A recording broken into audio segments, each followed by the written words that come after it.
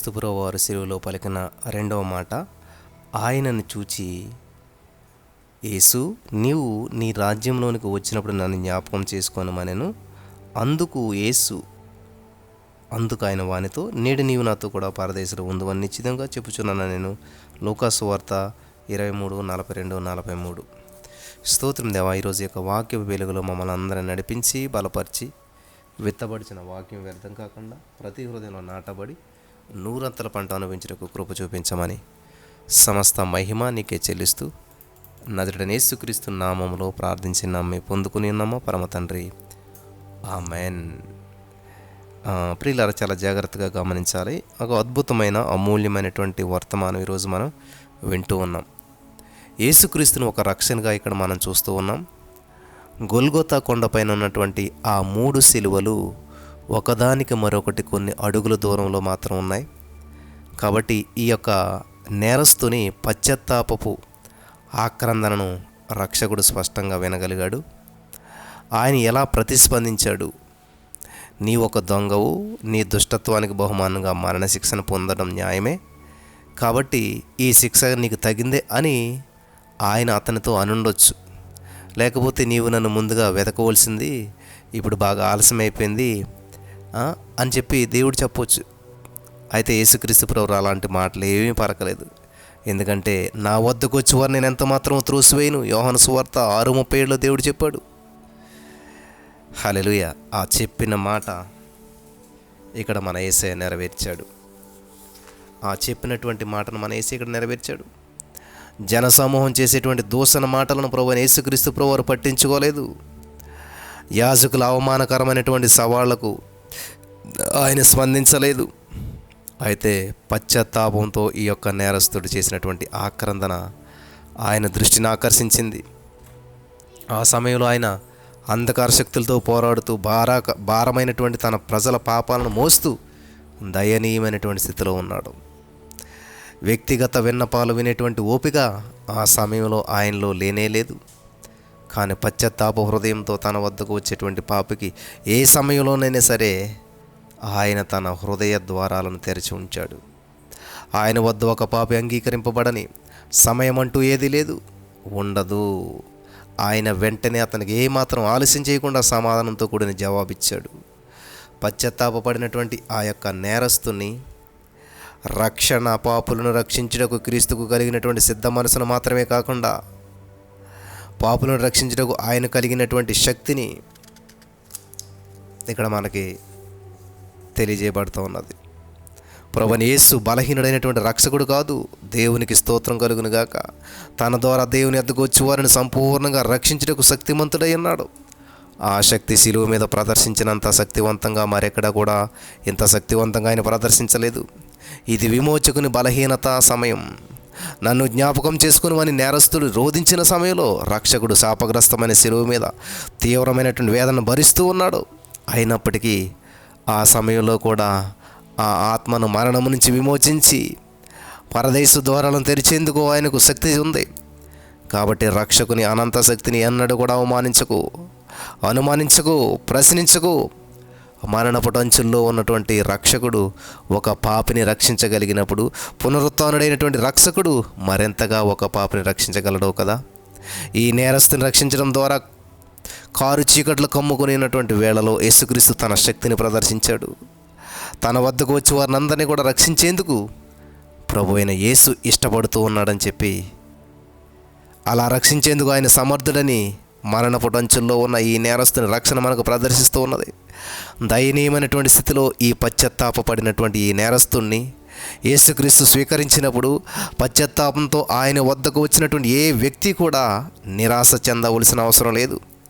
ఈ నేరస్తుడు దైవికమైనటువంటి కృపకు అందనంత దూరం లేనప్పుడు వేరెవరు కూడా ఆ కృపకు దూరంగా ఉండరు. ప్రియులారా, లూకాసు వార్త 19:10 దేవుడు చెప్తున్నాడు, నశించిన దానిని వెతక రక్షించడానికి మనిషి కుమారుడు వచ్చాడు.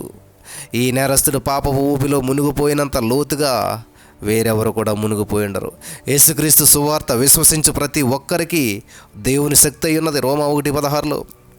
అయ్యో, దేవుని కృపకు హద్దులు ఏర్పాటు చేసేందుకు ప్రయత్నించొద్దు. ఆయన కృప అపరిమితమైనటువంటిది. అతి ఘోరమైన పాపికి కూడా రక్షణ ఏర్పాటు చేయబడ్డాడు. మొదటి తిమోతి 1:15 మీరు చదవచ్చు. అతడు చేయవలసిందల్లా కేవలం విశ్వసించడమే. తమ పాపపు స్థితిలో మరణ గడియల్ని సమీపించిన వారు కూడా ఈ నిరీక్షణకు దూరంగా లేరు. తమ మరణ పడకలో రక్షించబడినటువంటి వారు అతి కొద్ది మంది అని నేను వ్యక్తిగతంగా విశ్వసిస్తున్నాను. నా ప్రియమైనటువంటి సహోదరి స్నేహితులరా, మరణ పడక వరకు కూడా తమ రక్షణను వాయిదా వేసుకోవడం కేవలం బుద్ధిహీనతే. ఎందుకంటే మరణ పడక ఉందన్నటువంటి హామీ ఎవరికీ లేదు. ఆ మరణ పడక ఉంటుందన్నటువంటి హామీ ఎవ్వరికీ లేదు ప్రియులరా. అనేక మంది నింపాదిగా పడుకుని మరణించే అవకాశం ఏమాత్రం లేక హఠాత్తుగా మరణిస్తూ ఉన్నారు. అయినప్పటికీ మరణ పడకపై పరుండే అవకాశం ఉన్నవారు దైవికమైన కృపకు ఏమాత్రం దూరంగా లేరు. ఇక్కడ మనం యేసుక్రీస్తు రక్షకుడని చూస్తూ ఉన్నాం. పాపులను రక్షించేందుకు ఆయన ఈ లోకానికి వచ్చాడు. ఆయన ఈ లోకం నుంచి వెళ్ళేటప్పుడు తనతో పాటు రక్షించబడిన ఒక నేరస్తుని పరదేశకు తీసుకువెళ్ళాడు. తన విమోచన రక్తం యొక్క మొట్టమొదటి బహుమతి అది. మరణ సమయంలో రక్షించబడిన పాపి యొక్క గమ్యాన్ని మనం ఇక్కడ చూస్తూ ఉన్నాం.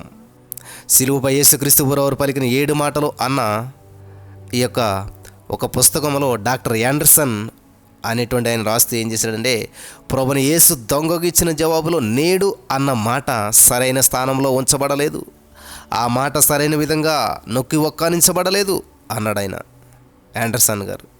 ఎందుకనంటే దొంగ చేసిన విన్నపవానికి ప్రభుని యేసు ఇచ్చిన జవాబులో నేడు అన్న మాటను మరింతగా నొక్కి చెబుతూ నేడే అని రాసుంటే బాగుండేది. హల్లెలూయా. నేడు కాదు, నేడే అంటే ఖచ్చితంగా అన్నమాట. హల్లెలూయా అని చెప్పి యాండర్సన్ గారు అభిప్రాయపడ్డాడంట. ప్రభుని యేసు నేరస్తునితో పలికినటువంటి నేడు నీవు నాతో కూడా పరదేశంలో ఉందు అని నిశ్చయముగా నీతో చెప్పుచున్నాను అనేటువంటి మాటలను నేడే నీవు నాతో కూడా పరదేశంలో ఉందు అని నిశ్చయముగా నీతో చెప్పుచున్నానని చెప్పి అనువదించి రాసుంటే బాగుండేది అని ఆయన తన పుస్తకంలో అభిప్రాయపడ్డాడు. ఆ పదజాలాన్ని అలా సమకూర్చి రాయడం ద్వారా నేడే అన్నటువంటి పదంలో ఉన్నటువంటి ఆ స్పష్టతను మనం కనుగొనగలుగుతాం. నేడే అన్న పదంలో లోతైన అర్థం ఉంది. ఆ పదాన్ని మనం నొక్కి పలకవలసినటువంటి అవసరం ఉంది. మన ప్రభుని యేసు నేరస్తునికి ఇచ్చినటువంటి జవాబులో దైవికమైనటువంటి కృప మానవ ఊహలను ఎలా అధిగమిస్తుందో చక్కగా ఉదహరిస్తుంది. రానైనటువంటి తన రాజ్యంలో జ్ఞాపకం చేసుకునమని చెప్పి మాత్రమే నేరస్తులు ప్రభువును ప్రార్థించాడు. అయితే ఆ దినము గడవక మునిపే అతడు తనతో కూడా పరదేశంలో ఉంటాడని ప్రభు అతనికి హామీ ఇచ్చాడు. రానయ్యున్న భూలోక సంబంధమైనటువంటి రాజ్యంలో తనను జ్ఞాపకం చేసుకోనమని చెప్పి నేరస్తుడు అడిగాడు. అయితే పరదేశంలో అతనికి స్థానం లభించింది. హల్లెలూయా. యేసయ్య ఎంత గొప్పవాడో చూసారా.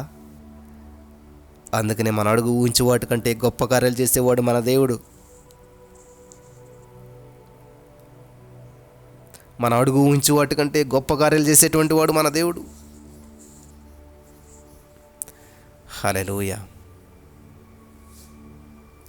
పరదేశంలో అతనికి స్థలాన్ని ప్రభు వాగ్దానం చేశాడు. తనని జ్ఞాపకం చేసుకుని మాత్రమే నేరస్తుడు అడిగాడు. తనతో కూడా ఉంటామని చెప్పాడు. ఆ విధంగా మరి సమృద్ధినిచ్చే దేవుడు.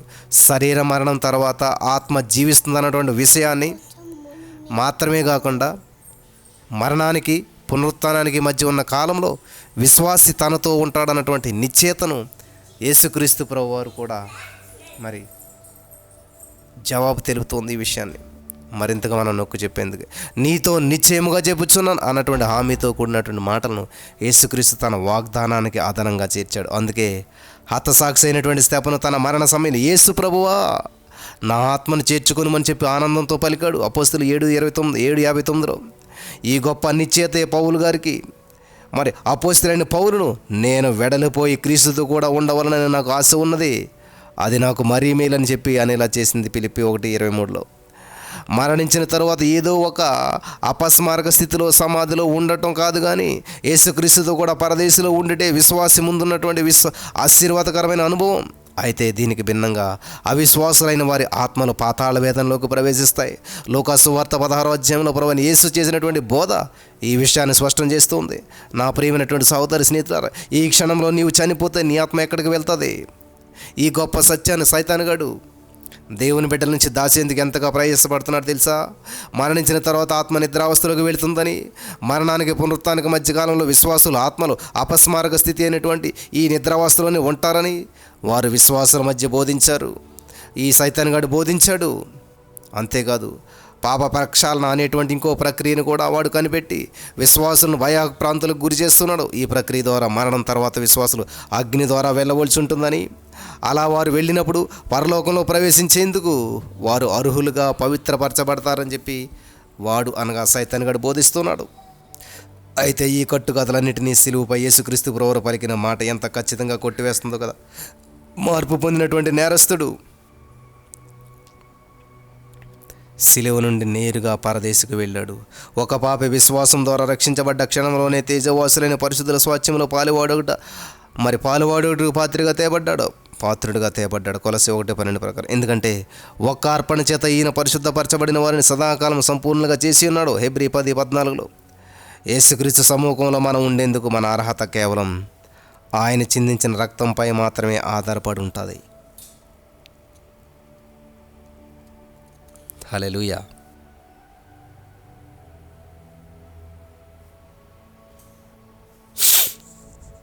సహవాసం పట్ల రక్షకునిలో ఉన్నటువంటి లోతైనటువంటి తృష్ణను ఇక్కడ మనం చూడగలుగుతున్నాం.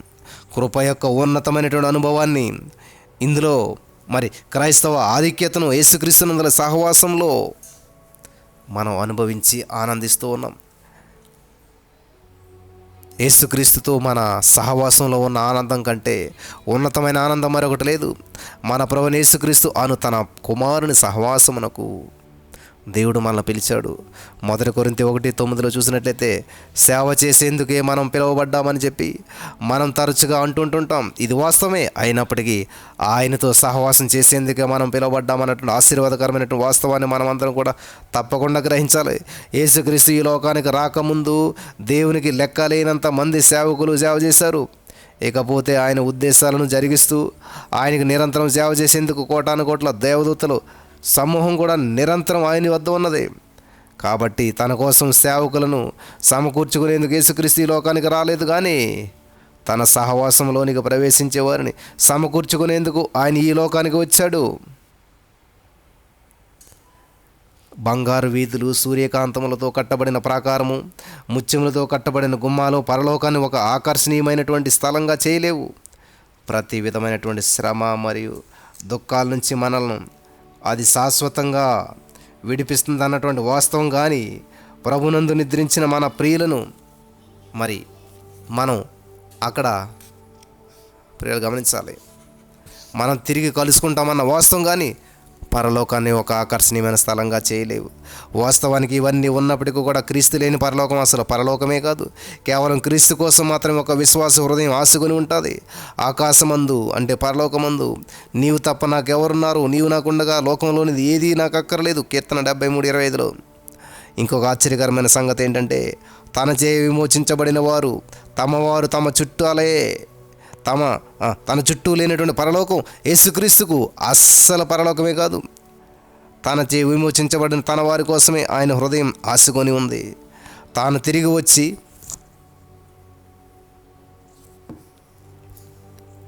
తన వారైనటువంటి మనందరినీ కూడా తన ఎద్దకు తీసుకుని వెళ్ళటనే ఆయన ఎదుటిన్న ఆనందకరమైన నిరీక్షణ. ఆ ఆనందకరమైన క్షణం కోసమే ఆయన ఎంతో ఆశతో నిరీక్షిస్తూ ఉన్నాడు. ఆ క్షణాన తాను పొందిన వేదనంతటిని కూడా ఆయన మర్చిపోయి తృప్తిగా చిరునవ్వులు చిందిస్తాడు. యేసు, నన్ను జ్ఞాపకం చేసుకొనుము అని మరణపటంచుల్లో ఉన్నటువంటి నేరస్తుడు రోధించాడు. దానికి ప్రభు ఇచ్చిన జవాబేంటి? జాగ్రత్తగా గమనించండి. నేడు నీవు నాతో పరదేశంలో ఉంటావని నిశ్చయంగా చెప్పుచున్నానని యేసు ప్రభు చెప్తుంటే చాలు. ఆ మాట నేరస్తునిలో ఉన్నటువంటి భయాలన్నింటినీ పారద్రోలి సంతృప్తిపరచలేదు. ప్రియులు గమనించాలి. సమాధానంగా మరణంలోకి నడిపించుండేది. అయితే ఆ మాటలు రక్షకును సంతృప్తిపరచలేదు. తన అమూల్యమైనటువంటి రక్తము ద్వారా రక్షించబడినటువంటి ఆత్మ అదే దిన తనతో కూడా పరదేశంలో ఉండాలని చెప్పి తన హృదయం గాఢంగా ఆశించింది. నేను మళ్ళీ చెప్తున్నాను, జాగ్రత్తగా ఉన్న కృపలో ఉన్నటువంటి ఉన్నతమైనటువంటి అనుభవం ఇదే. క్రైస్తవుని ముందున్న ఆశీర్వాదాల మొత్తము కూడా ఇదే. ఈ రెండింటి మధ్య ఇరుకునబడి ఉన్నాను. నేను వెడలపోయి యేసుక్రీస్తుతో కూడా ఉండవాలని నాకు ఆశ ఉన్నది అని, అది నాకు మరుమేలని పౌలు గారు చెప్తున్నాడు ఫిలిప్పీ 1:23లో. ఈ దేహమును విడిచిపెట్టి